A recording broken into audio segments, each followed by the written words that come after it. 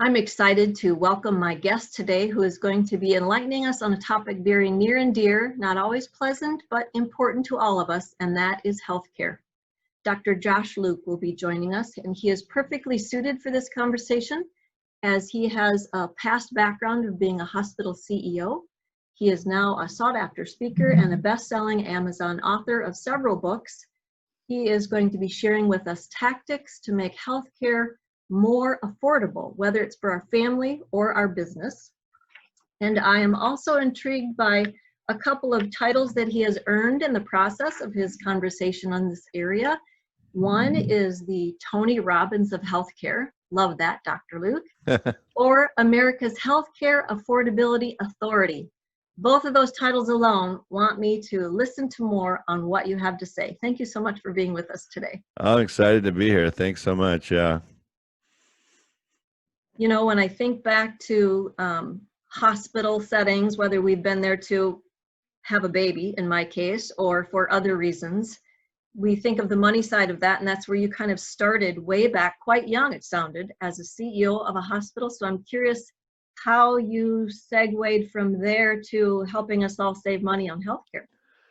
Yeah, it's not a short story, but what I can share with you is that I actually was working in sports marketing, which was my career dream. When I was in high school, I was sitting on the bench during my varsity basketball game my senior year thinking, I got two older brothers that are professional athletes. Maybe I should have a backup plan for my career if I'm not gifted in that same way. And so I set my sights on becoming a sports marketer. And I was doing that with great success, actually, for several years. In fact, next week, I think the Mark McGuire summer of, endless summer, whatever they're going to call it, videos coming out on ESPN. Well, I actually represented Mark McGuire in 1998, the year he broke the home run record. And it was just a few weeks and few months after that that I said to my wife, wow, this has been amazing. It's been an amazing run, but I really feel like I'm being called to have a career that's got more of a social mission and just make a difference. And at the same time, my grandmother was bouncing back and forth between nursing homes and hospitals and assisted livings, and I was really struggling with that. So I made a change to healthcare, and I became a CEO by age 32, about 4 or 5 years after I made that change. And I was a hospital CEO for about 10 years, and then my mom got diagnosed with Alzheimer's disease. And I just had a moment of conviction where I said, I came to healthcare because of my grandmother and how I was moved by the frustrations in her continuity of care and her ability to afford care. And now my mom is going through a journey, which ended up being a 9-year journey with Alzheimer's before she passed, bless her heart. But what I was saying to myself is, but nothing's changed. The system's still broken. It's still not focused on the patient. It's still about hospitals putting a head in the bed and doctors only get paid when they see you. And so when I left the hospital C-suite and started writing books, I really was convicted to start a not-for-profit that not only could teach health systems how to transition to patient-centered care, but also could help Americans learn how to access not just good care, but in an affordable manner, because the average American can no longer afford basic access to care. Yes, and that's just not right. Whether you're a business owner or a family person, the healthcare aspect is crucially important. And I think I read in some of your materials that healthcare expenses are the second largest expense for businesses and usually in the top 3 for families as well. I am an advisor in another business helping folks with their personal finances and investment management. And one of the questions I get asked, especially now, is the outlook for the economy, for the market. So I'm thinking, with your healthcare background, is there any hope for the outlook of our costs going to just continue to accelerate? Is that where this is headed? Well, until we do something about they're going to. And I think that at this point has just become common sense, right? Because it's been year after year for 20, almost 30 years now that we're just seeing this hyperinflation in healthcare. And for businesses, here's how your annual increase usually goes, right? Whoever your broker is for your business, which is usually a cousin, a brother, a frat brother, a sister, a friend, or somebody who's been with your organization a long time, they're like a realtor, right? They make more money when you pay more money. It's as simple as that.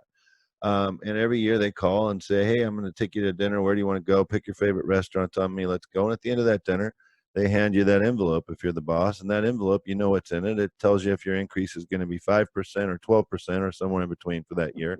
And at the bottom, there's 2 bullet points that say, hey, here's the 2 benefits we're taking away from you, even though we're giving you another 8% increase. And the average cost of healthcare has gone up $100 a month over the last 10 years is what the statistics show. And it's just, it's beyond the breaking point. And I call it declare your tipping point. And so as you referred to, I have a couple books. They're branded Health Wealth. Health-Wealth is healthcare bankrupting your business. You can see it over my left shoulder here. The follow-up, if you're not a business owner or HR director, was called Health Wealth for You, 11 Steps to Save Big and Live Healthy. And what those books do is they basically teach you how to become an EHC. And that's a term I phrased, an engaged healthcare consumer. And when you do that, you're going to start to push back on the broker, on the insurer, and on the hospital who's charging whatever they want without question. So really us as individuals engaging in the process is the only thing that's going to start to bring healthcare costs down.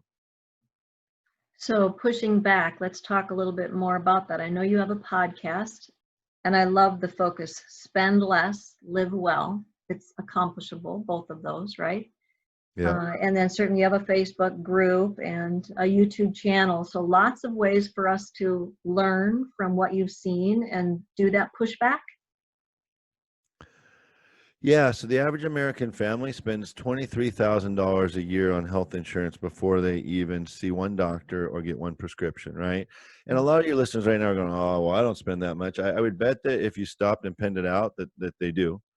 And let's do the math just very quickly. You don't have to be a mathematician, just follow along. It's $1,500 a month. My paycheck, it's about $750 a paycheck, 2 paychecks a month. That's 1,500 times 12, that's 18,000. And what's the average deductible now? The high deductible plan is $5,000 per family. Well, folks, Right. you may not realize it, but that's what you're paying. You're buying a new car for your family every year, the same cost, just to have the right to go see a doctor. Well, let me give you a couple tips if you're one of those 40 million who's unemployed.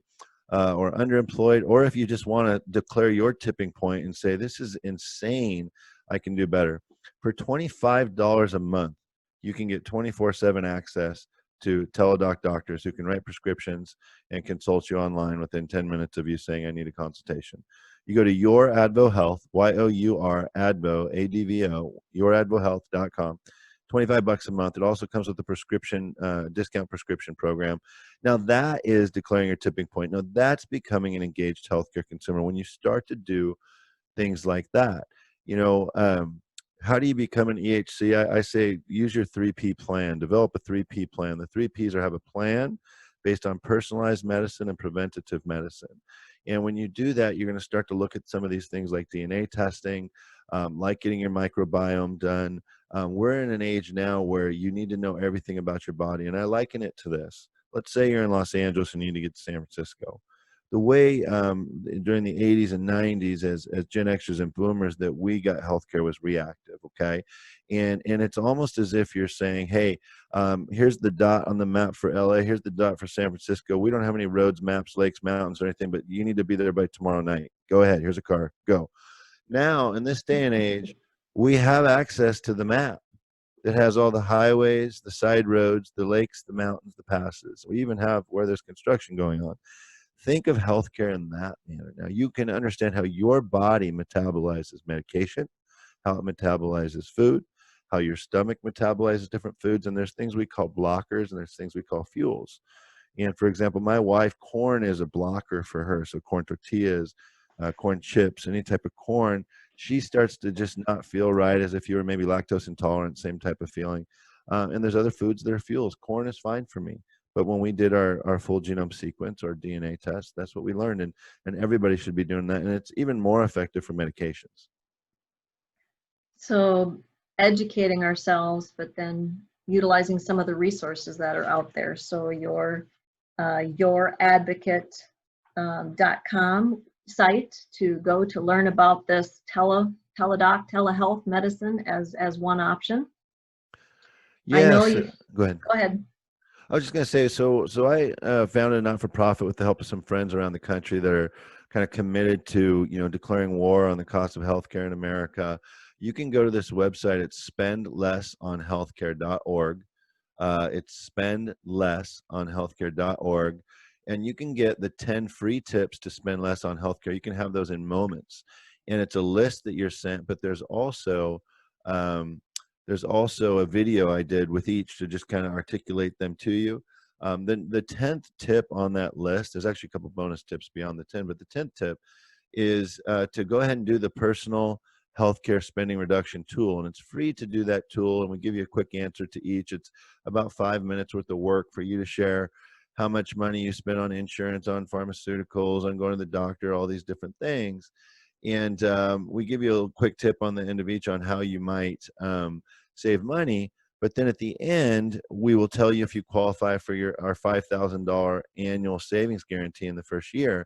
And I think there's a nominal fee somewhere between 50 and $100 that if you pay it, we're going to guarantee you, we're going to send you a personal assessment, and we're going to guarantee you'll save more than $5,000 in the first year. So it's a pretty cool deal. It's not for profit. That money goes to help us just kind of fund the website and keep it going so we can continue to bring these preferred vendors and tips to the folks and just help them become EHCs and engage in the process.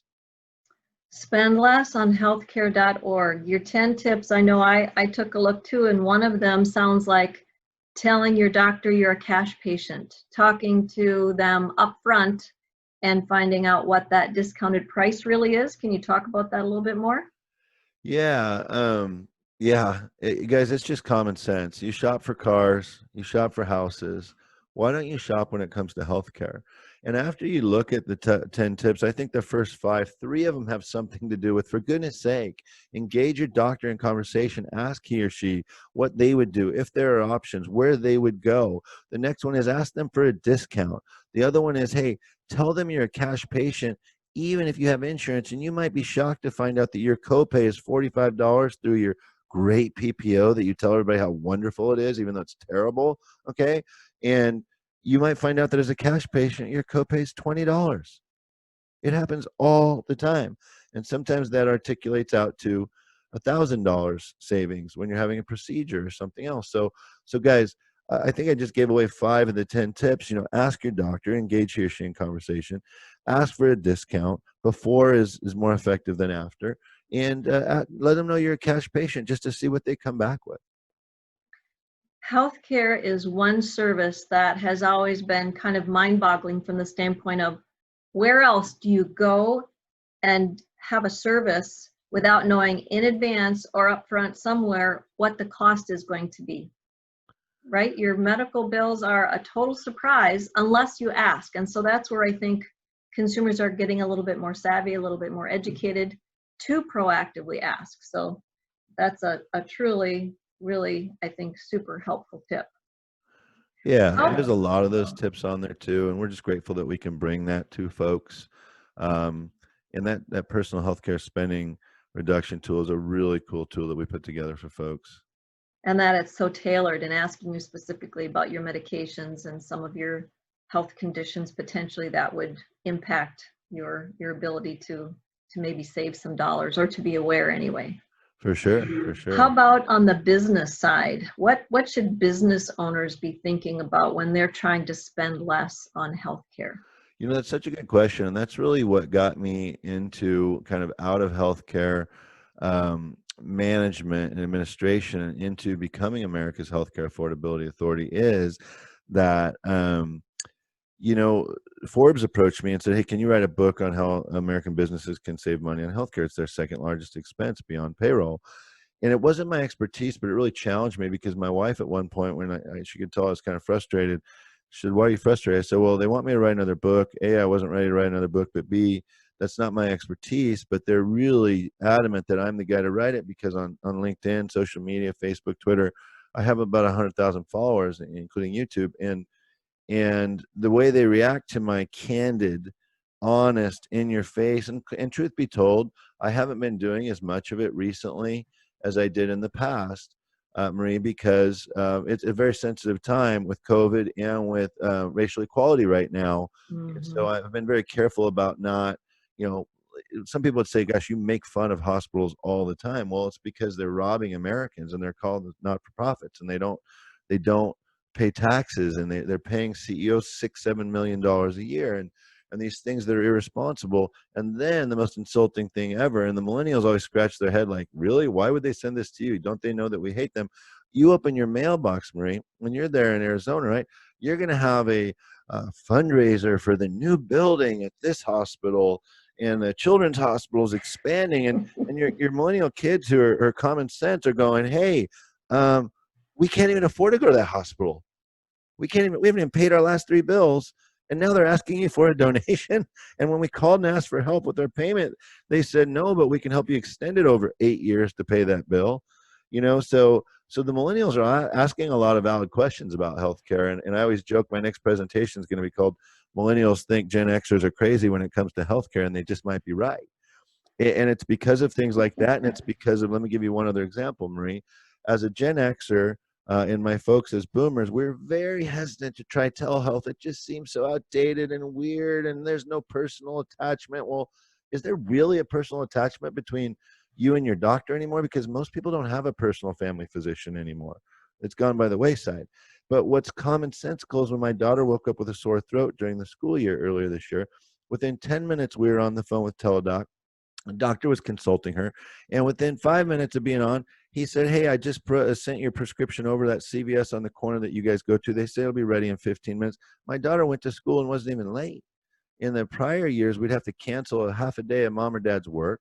Somebody, had to take the other 2 kids to school, go sit in a germ-infested waiting room. And so when it comes to things like telehealth for the common cold and not feeling well, it's just a no-brainer. And the last thing I'll say on that, Maria, is one of the positives of the pandemic, if you can find positives, are that 10 years of struggle to get regulatory approval for telehealth, for doctors to be able to practice over state lines with telehealth, went by the wayside in a matter of a week. All of a sudden, you couldn't even go see your doctor unless you did telehealth, right? And now reimbursement, and the other side of that is consumer adaptation. If you had never been willing to do telehealth, well, you were forced to now. If I hadn't, I was forced to.